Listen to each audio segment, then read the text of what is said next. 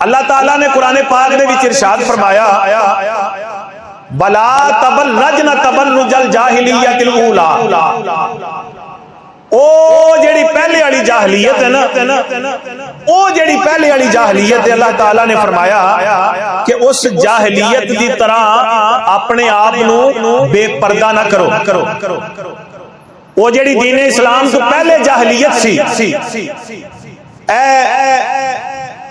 खलीफा आला हजरत अल्लामा सैयद मोहम्मद नईमुद्दीन मुरादाबादी रहमतुल्लाहि ताला अलैह आपने ऐसे आयत मुबारका दी तफसीर करदे होया तफसीर खजाइनुल इरफान दे विच लिखिया है भाई वो जेड़ी पहली जाहलियत सी इस्लाम तो पहले वाली की सी, उन्होंने लिखिया तफसीर दे विच, आप पढ़ लियो गालबन बारी विच पई होवेगी।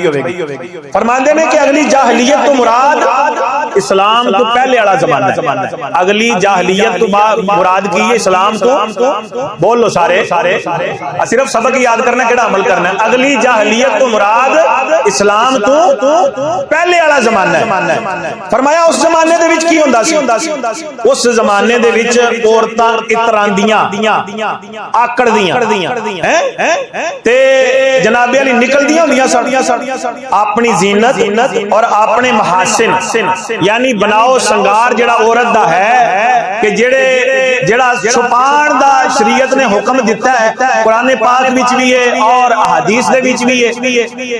पहले जमाने दी जाहलियत ये सी कि बीबियां बन संवर के निकलदियां सन अपनी जीनत और अपने महासिन जिन्हां नूं छुपाण दा शरीयत ने हुक्म दिता है उन्हां नूं जाहिर करदियां सन ते लिबास इंज दा पांदियां सन कि जिस लिबास दे विचों जिस्म छुपदा नहीं सी बल्कि होर वाज़े होके सामने आउंदा सी।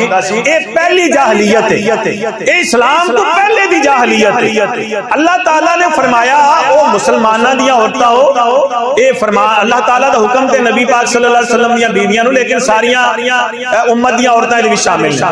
तो फरमाया ए मुसलमानां दी औरतां हो, तुसी ओ पुरानी जाहलियत इस्लाम तो पहले वाली जेड़ी जाहलियत दा दौर सी ना, तुसी ओ काम नहीं करना कि बार बन सवर के ते जनाबे अली इतरांदियां तुसी निकलना नहीं। ये ओ जाहिल औरतां दा काम सी, तुसी जाहिल औरतां नहीं हो, तुसी मुसलमान औरतां हो। ते मुसलमान औरतां जदों बाहर निकल गईयां ते मुसलमान औरतां हो, तुसी जदों बाहर निकलो ते अपनी चादर अपने उत्ते अपने चेहरिਆਂ ते पा लिया करो, अपने आप नूं छुपा लिया करो। तुसी अपने आप नूं छुपा के बाहर निकलो जे निकलना।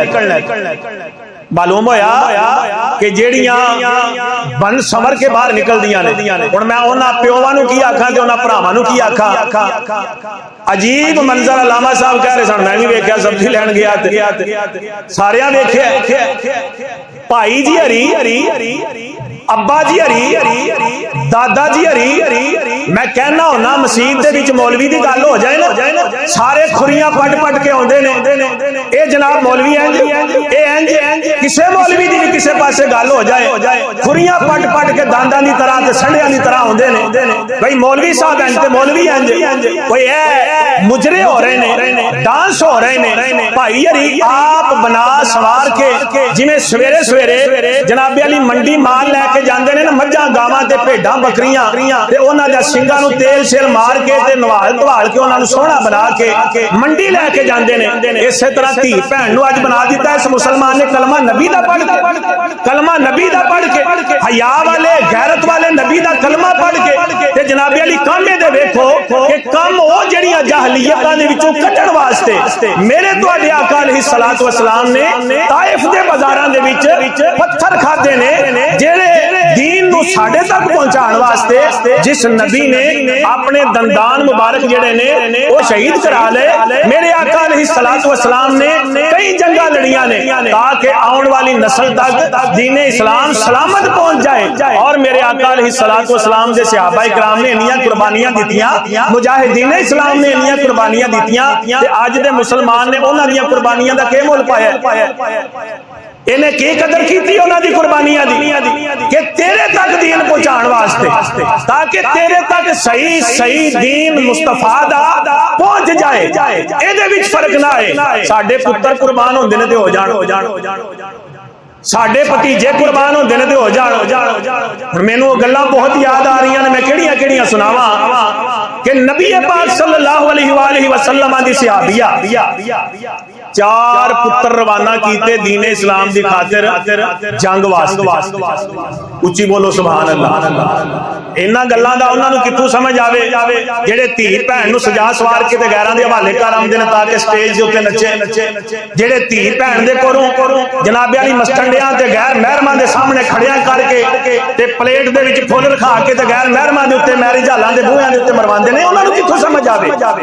4 पुत्र मेरे नबी दी सहाबिया ने दीने इस्लाम दे वास्ते पेश कीते, इन्हां नूं लै जो मैं इस्लाम दी खातिर दित्ते। माई दे दिते पुत्र, चारे शहीद हो गए। उच्ची बोलो सुभान अल्लाह। ओए उन्हां नूं दात ते कम से कम दिओ ना, उन्हां दी कुर्बानियां दा कदर ते कोई नहीं पाई, कम से कम सुभान अल्लाह ते कह लो ना। चारे पुत्र माई दे शहीद हो गए।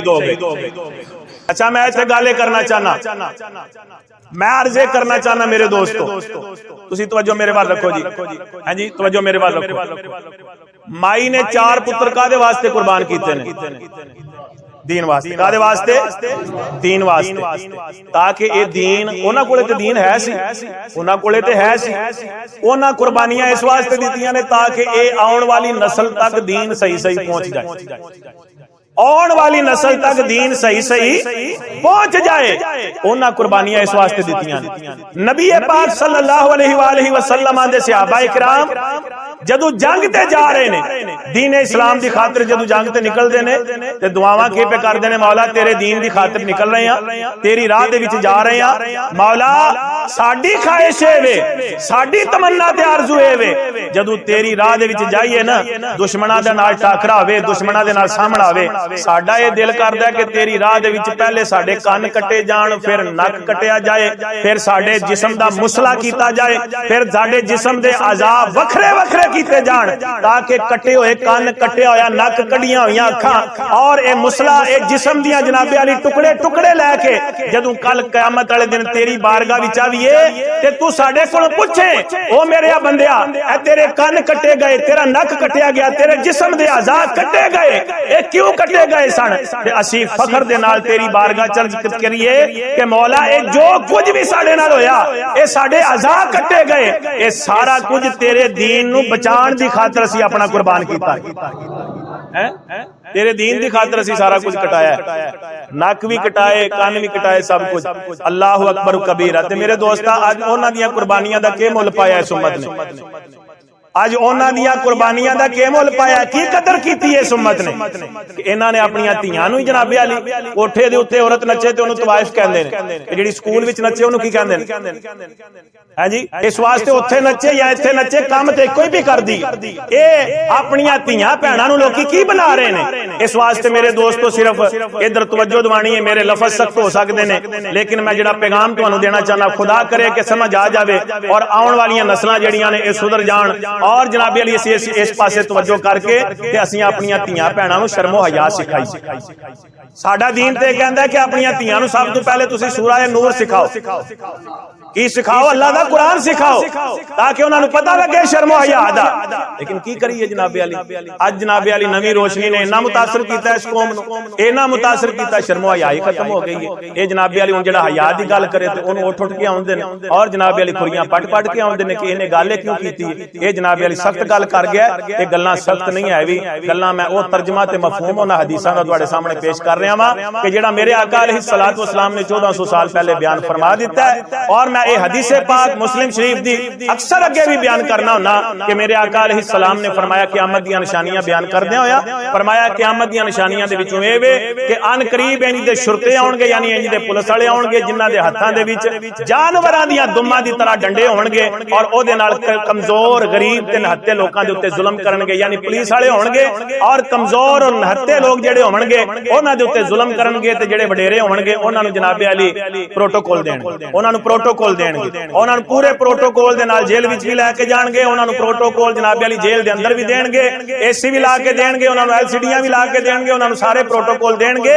लेकिन मेरे नबी पाक सल्लल्लाहु अलैहि वसल्लम ने फरमाया क़यामत दी निशानियां दे विचों निशानी है कि पुलिस वाले होणगे, उन्हां दे हत्थां दे विच जानवरां दी दुम्मां दी तरह डंडे होणगे, जिहदे नाल कमजोर ते निहत्थे लोकां दे उत्ते जुल्म करनगे। दूजी निशानी मेरे आका अलैहिस्सलातु वस्सलाम ने बयान फरमाई, नबी पाक ने फरमाया बीबियां होणगियां, लिबास पाउणगियां, लेकिन लिबास दे बावजूद नंगियां होणगियां। ये हदीस पाक मुस्लिम शरीफ दे विच मौजूद है।